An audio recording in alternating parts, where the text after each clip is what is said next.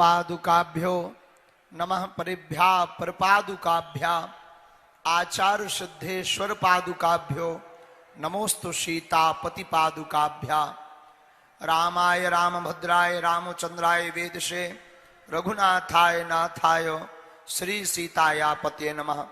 श्री सीताया पते नमः। बोलो रामचंद्र भगवान की, बागेश्वर धाम की, सन्यासी बाबा की, नर्मदे हर, नर्मदे हर, नर्मदे हर।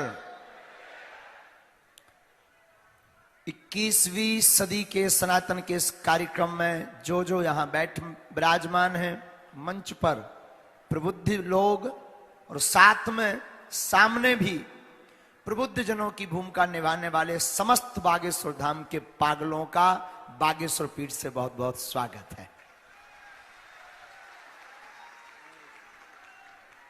मेरे पागलों, अगर तुम्हें कार्यक्रम का रस लेना है तो बैठ जाओ, बैठ जाओ, बिना शोर मचाए बहुत चुप हो जाओ, ऐसे समझो जैसे मैच एकदम फंस गया हो। हाँ, इसलिए बिल्कुल चुप बैठ जाओ। यह दूसरा कार्यक्रम है। प्रथम इस कार्यक्रम का आगाज टीकमगढ़ मध्य प्रदेश में हुआ था, जहां पर सभी वर्गों के लोगों ने और प्रबुद्ध लोगों ने, जिसमें 2 डॉक्टर थे, 2 वकील थे, उन्होंने कार्यक्रम को बहुत अच्छा मंचन किया, बहुत रंग भरा, बहुत जोश के साथ पूछा और उसमें बहुत सी नई चीजें निकल कर आई थी। उस कार्यक्रम के लिए हम आपको पहले बता दें 8 लोगों को कि उस कार्यक्रम में 2 चीजें जो बहुत अच्छी निकली थी, जो सबके लिए बतानी होगी। एक ये निकली थी कि एक बहन जी प्रोफेसर थी, उन्होंने प्रश्न किया था कि विद्यालय में हम अपने बच्चों को संस्कृति से कैसे जोड़ सकते हैं। तो उसका उत्तर भी बालाजी की प्रेरणा से बहुत अच्छा सुझाव था कि विद्यालयों में प्रतिदिन 30 मिनट अथवा 30 मिनट नहीं हो पाता, ऐसी कोई आपका प्रोटोकॉल है तो महीने में एक बार स्पिरिचुअल गुरु के द्वारा 3 घंटे का एक कार्यक्रम अगर विद्यालयों में रखा जाए तो हमारे बच्चे संस्कृति और संस्कार के बारे में जान पाएंगे। दूसरा जो उस कार्यक्रम की सफलता थी वो भी हम आपको बता दें। अब इस कार्यक्रम की क्या सफलता होगी ये हम विदिशा में बताएंगे। टीकमगढ़ की कार्यक्रम की दूसरी सफलता ये थी कि वहां पर एक बालक आता है ऑडियंस से और बीच भीड़ में से वो हाथ खड़ा करता है, उसके हाथ में माइक जाता है। हमने कहा बोलिए। बोले गुरुजी हम एक सुझाव देना चाहते हैं। हमने कहा आप दीजिए। सुझाव वो इतना प्यारा है कि मतलब उस बात को हम अभी भी भूल नहीं पाए और वो चित्रण हमारे मन मस्तिष्क में अभी भी स्थापित है। वो सुझाव ये था कि जिस प्रकार अन्य मजहबों के लोग, पंथ के लोग अपने धर्म की शिक्षा के लिए एक अलग व्यवस्था, एक गुरु होते उनके, जिन्हें वो एक नाम देते हैं अलग से, उसके द्वारा शिक्षा दिलवाते हैं, जिससे उनके बच्चे चाह करके भी अपने धर्म से बाहर नहीं हो पाते। पर अपने धर्म में ऐसा नहीं है।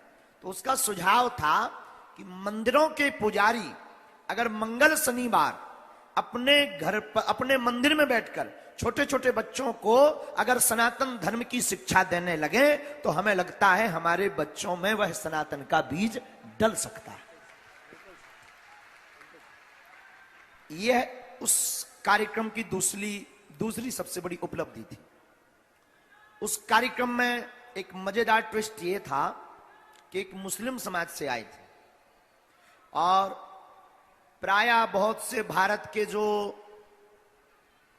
थोड़ा सा ज्यादा पढ़ लिख लेते हैं तो उनका हमारे ऊपर ये ऑब्जर्व है कि हम बहुत कठोर कट्टरवादी, और ये ऑब्जर्व उनका गलत भी नहीं है।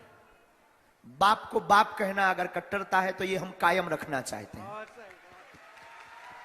तो एक मुसलमान धर्म के एक सज्जन आए थे जो बहुत ही अच्छे धर्म को मानने वाले थे। तो टीकमगढ़ में उन्होंने प्रश्न किया था कि आप हिंदू राष्ट्र की बात करते हैं, आपके हिंदू राष्ट्र में मुसलमान कहां जाएंगे और उनकी क्या स्थिति होगी। प्रश्न 2 थे। उत्तर भी बहुत प्यारा था कि मुसलमानों को देश छोड़ने की आवश्यकता नहीं है, हमारे हिंदू राष्ट्र में सबको छाया मिलेगी। अब भाई किसी को अगर प्रॉब्लम हो तो वीजा का थोड़ा सपोर्ट हम कर सकते हैं, अगर किसी को प्रॉब्लम। फिर उन्होंने कहा कि आपके हिंदू राष्ट्र की कल्पना में, हमने कहा कल्पना नहीं होगा। उन्होंने कहा कि क्या स्थिति होगी, तो हमने कहा जो पाकिस्तान में हिंदुओं की स्थिति है वो भारत में मुसलमानों की होगी।